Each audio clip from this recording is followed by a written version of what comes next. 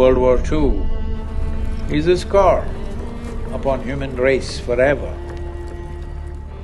World War II is supposed to have taken the lives of anywhere between 11 to 12 million people. More than 200 political prisoners were burned to death. It is not about who did it. We as human beings, that's what we do, unfortunately, till now. But what we are looking at is not going to come in the form of bombs. There's no bang-bang happening here, this happens quietly. Every responsible scientist in the world is saying by 2045, we'll be producing 40% less food on the planet and our population will be 9.2 billion people. If it goes this way, World War II will look like a small blimp, because if 40% less food means it's estimated in 6 months, about 1.5 to 1.7 billion people can die.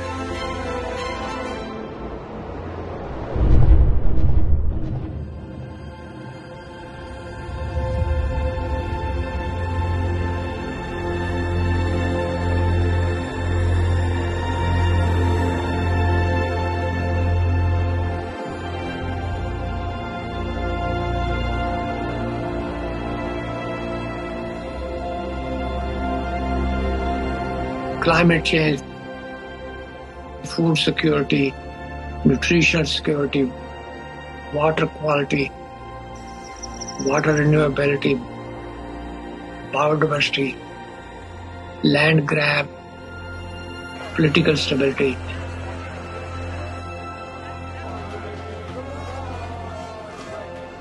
Human health, well-being, peace, prosperity.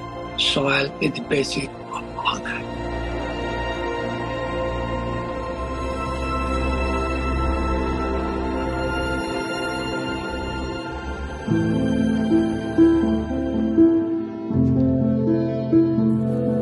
Soil is a basic entity on which all terrestrial life depends. 95% of all the food which is consumed by human comes from soil. As much as 95% of all antibiotics taken by human and animal come from soil. So soil and life have evolved together. There is no soil without life, and there is no life without soil.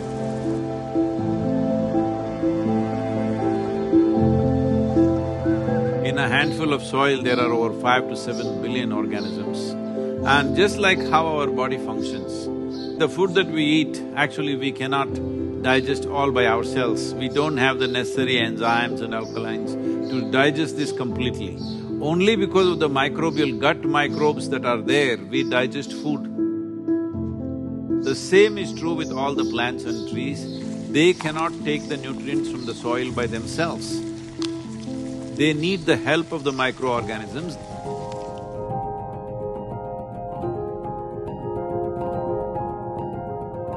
Good guy bacteria, good guy fungi, protozoa, nematodes, microarthropods, earthworms, incatrioids, all of those organisms are required to have a good, healthy soil so your plant gets the balance of everything that it needs every second of every day.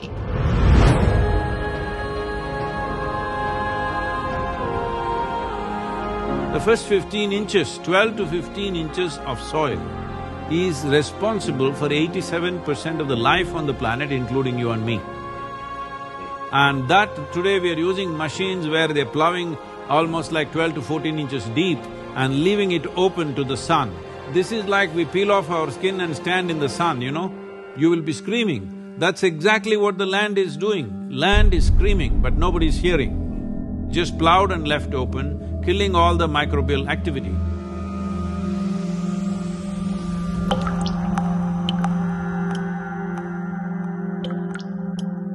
See, right now, the organisms here, the only food they can eat is organic content. where will the organic content come from? Here you see all these leaves, dry leaves falling down. We won't pick it up nor sweep it away. We leave it like that, it'll become part of the soil.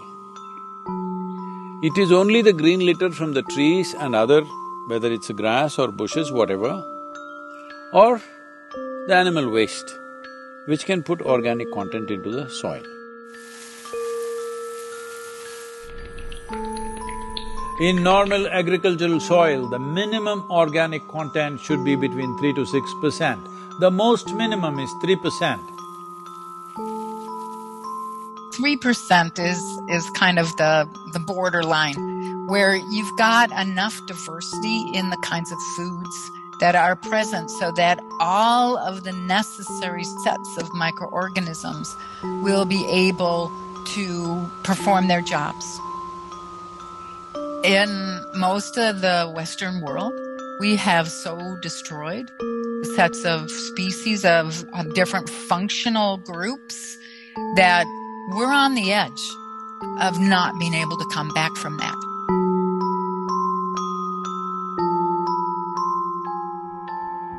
Over 62% of India's soil has organic content less than 0.5%.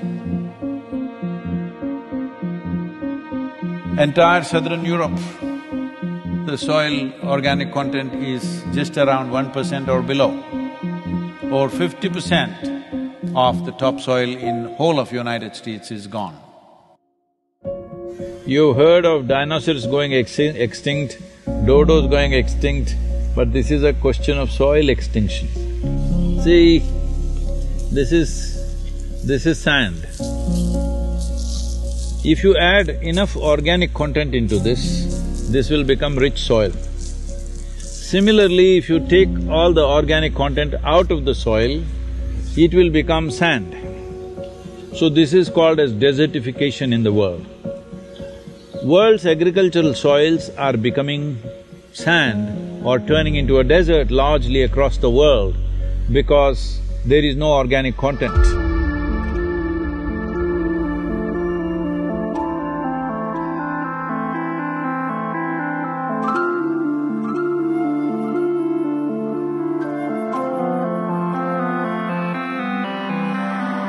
Right now, the soil that we are using is not our generation's soil. We are using up the soil of the unborn child. We have no business to do that, because soil is not our property, it's a legacy that's come to us, and it's a legacy that we should leave behind, living soil. Because once there is no richness in soil, there is no way there is richness in life.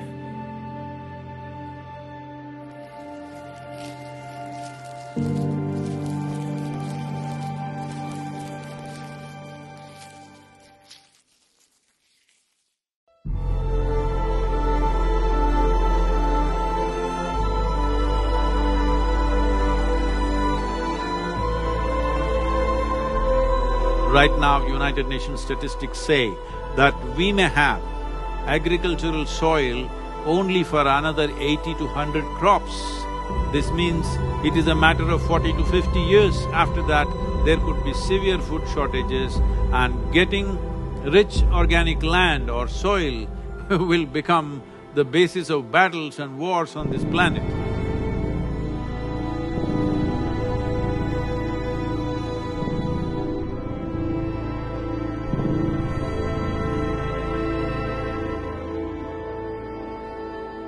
People talk about the weapon of mass destruction, nuclear bombs and missiles and other things. Yes, what happened in Hiroshima and Nagasaki is unforgivable, yes. We forget one of the biggest weapons of mass destruction is hunger.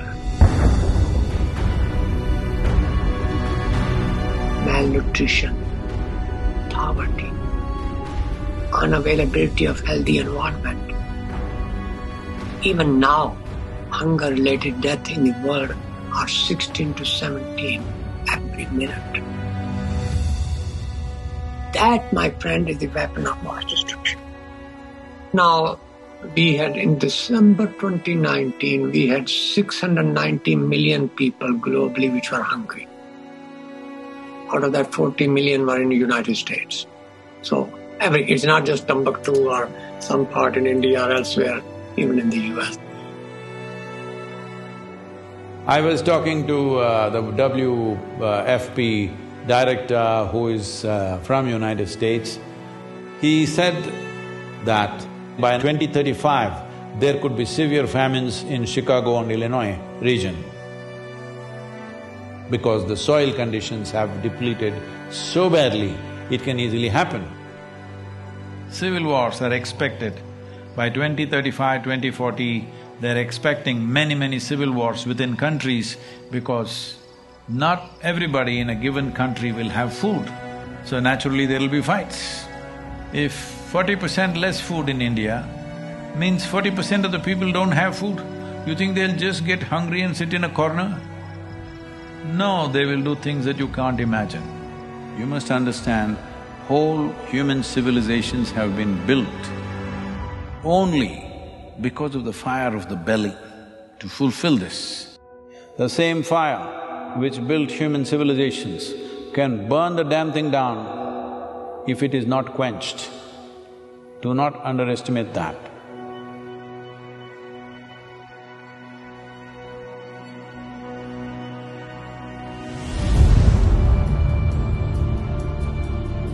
Since 1990, there have been around 30 wars in Africa.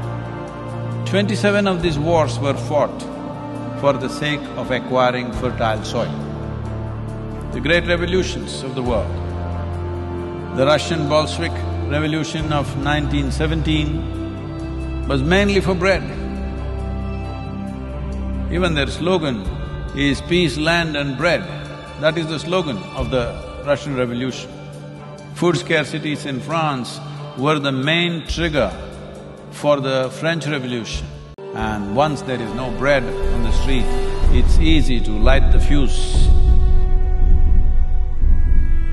If you want peace, everybody must have bread, roti, food. There is no peace if there is no food. It's simple as that.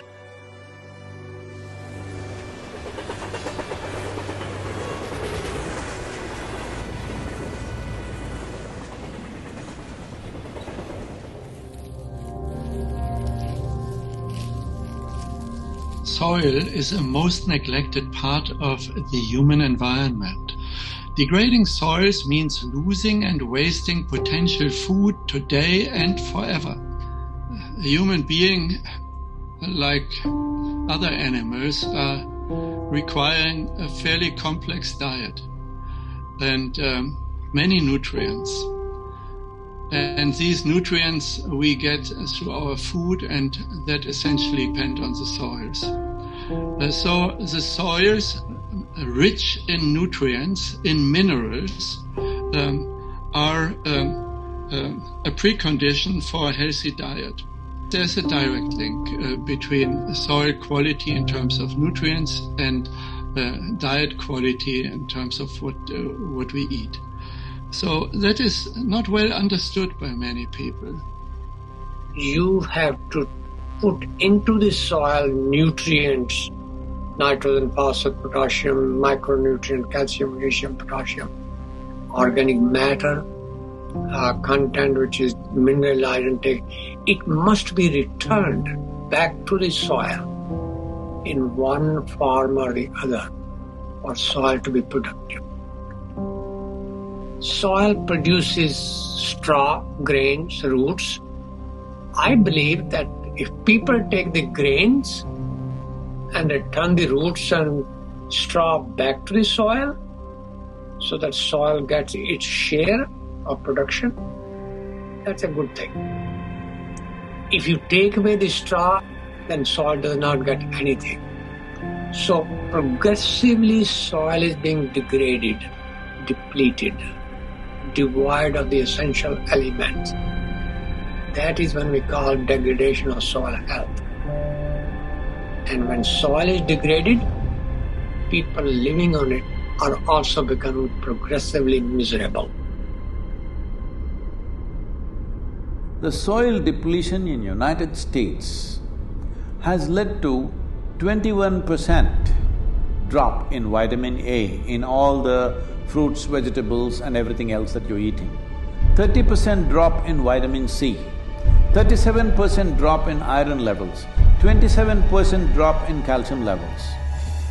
The things that today you all think is very healthy to eat salads and stuff, from the early 20th century, what level of nutrients they had and what they have today is only 10% left, 90% lower than what it was in early 20th century.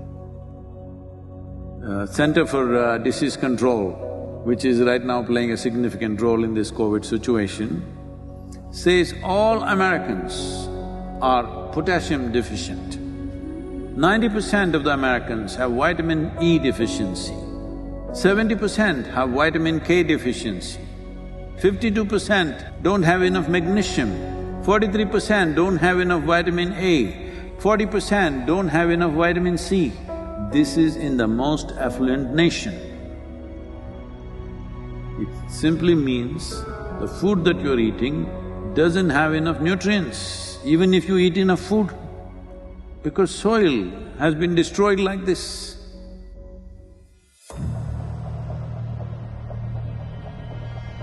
One serious problem that the world is facing right now is, by 2030, it is expected 1.6 billion people will migrate. Out of this, 0.9 billion will come from Africa. See, when people migrate in an unplanned way, what they go through is unbelievable. Especially women and children. What they go through in unplanned migration where they're being dragged through all kinds of unfamiliar terrain, what happens to them is unbelievable. Nobody should face this. All young women like between 14 to 18 years of age, they're being seriously exploited. It is expected that in India, about 220 million people will move to urban centers in the next 8 to 10 years' time. Tell me, in your city, do you have place for another 20-30 million people extra? This will happen in a big way across the world.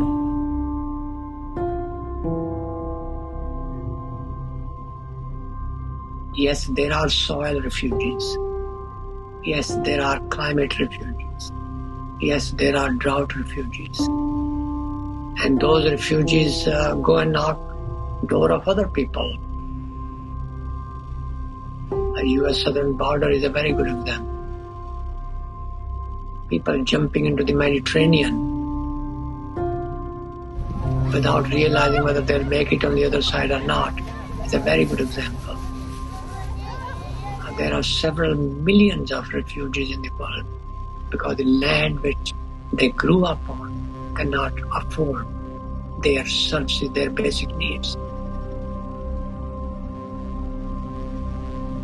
Eventually the solution lies to make sure that the soil can support them.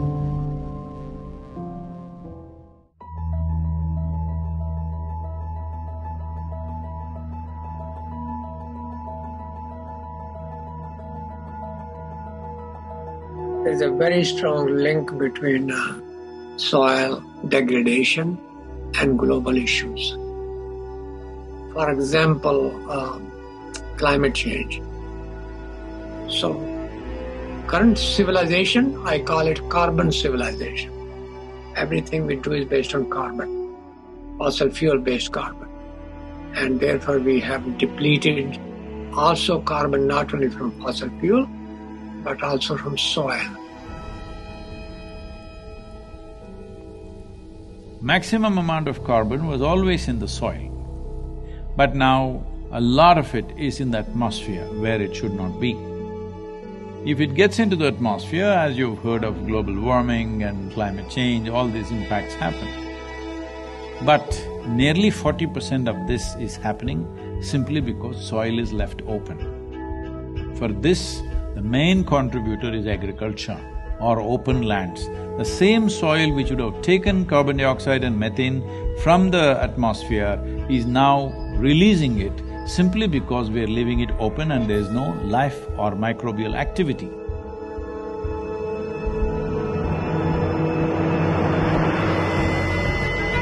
When the global mean temperature goes from 0 to 1, that's a big thing. Go from 1 to 2, it's a massive thing. Go beyond 2, you're in a disaster zone. We are now on our way to a warming of 3 degrees Celsius. And we're doing it in a blink of time. I mean, it's just this extraordinary exponential rise of temperature on Earth. But if we can take carbon dioxide from the atmosphere through plants and put it back to the soil and keep it there, then we deplete the carbon from the atmosphere and make global warming lesser serious problem. The Brazilian part of the Amazon rainforest has, according to the latest science, tipped over from being a carbon sink for thousands of years, one of the most important carbon sinks on planet Earth, to now being a carbon source. So it has already tipped over and is releasing more carbon than it's taking up. So soil has become, if anything, even more important, even existential.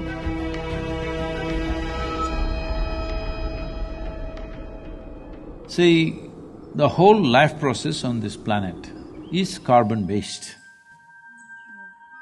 So, the same goes for a blade of grass, the same goes for the coconut tree, the same goes for every other creature on this planet. Essentially carbon. Where is all this carbon coming from? The great miracle on the planet, in the process of evolution of creation on this planet, is photosynthesis.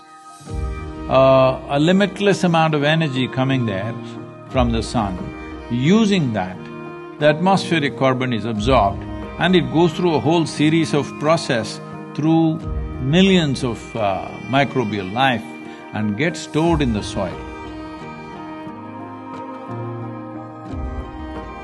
What gets stored in this way, going through 3 to 4 cycles of microbes, this gets stored up to 1,000 years minimum. We've become a geological force of change. We are at risk of destabilizing not only, local ecosystems and local living conditions, but the entire planet.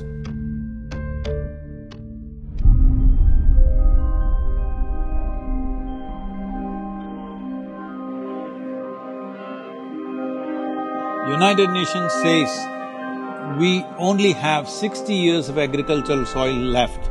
So within 50 years' time, there will be a serious food crisis on the planet. A mass famine would be inevitable. Now, I know people always say, we only have 60 more years of agriculture to go. Yeah, but that was 10 years ago that we made that statement. We're at 50, guys. Soil is a living entity. It has a lot of organisms. And when those organisms are killed, soil is no longer healthy. Soil is no longer living.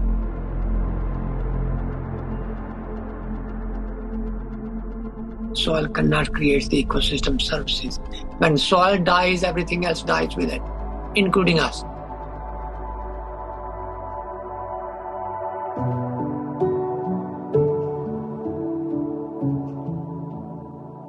If we start correcting it now, in 15 to 25 years, we can make a reasonable level of correction.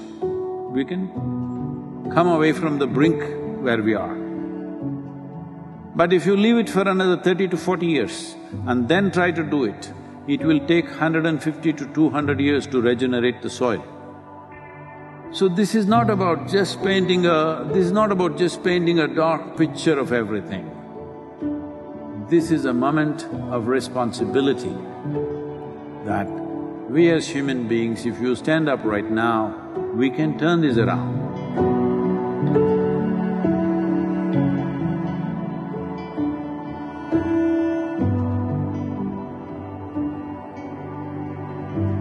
Soils is the very basis for biology and human life, but we also know that we cannot destroy nature to feed humanity, because that will threaten the stability of the planet, which means the life support for humans and all species on Earth. So we now need to be caretakers of soil. The cost of action is much lower than the cost of inaction, dealing with soil and land degradation. But it's not something which the individual farmers can do. It has to have a large regional, if not global, initiative.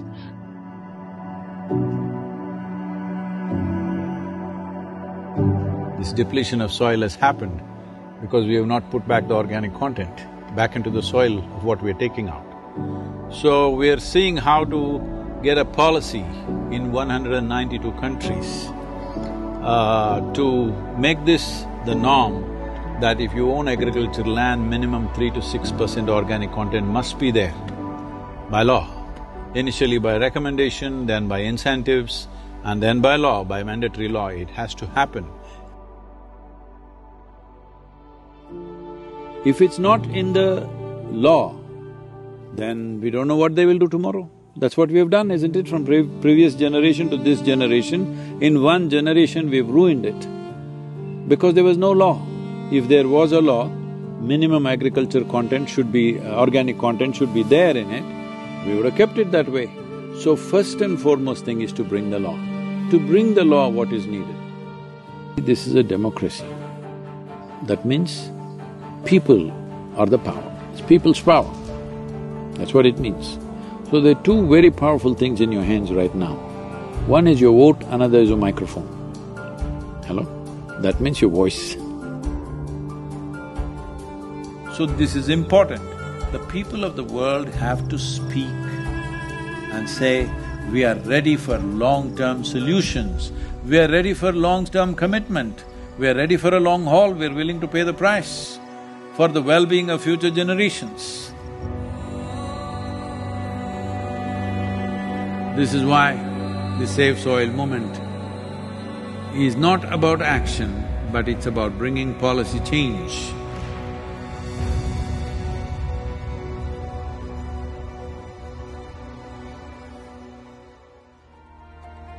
As a part of this, I'm 65 and I'm riding 30,000 kilometers across 24 nations to activate support from the citizenry.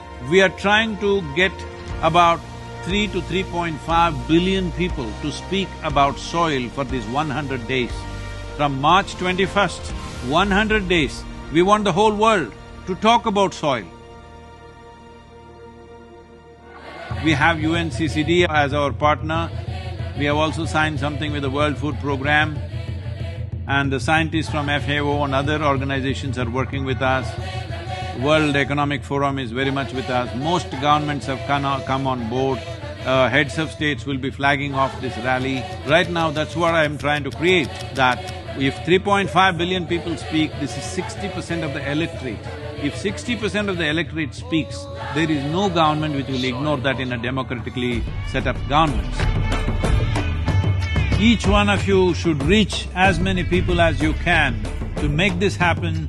Many global leaders and influencers are already participating in the movement. Be a part of this and let us make it happen. For my part,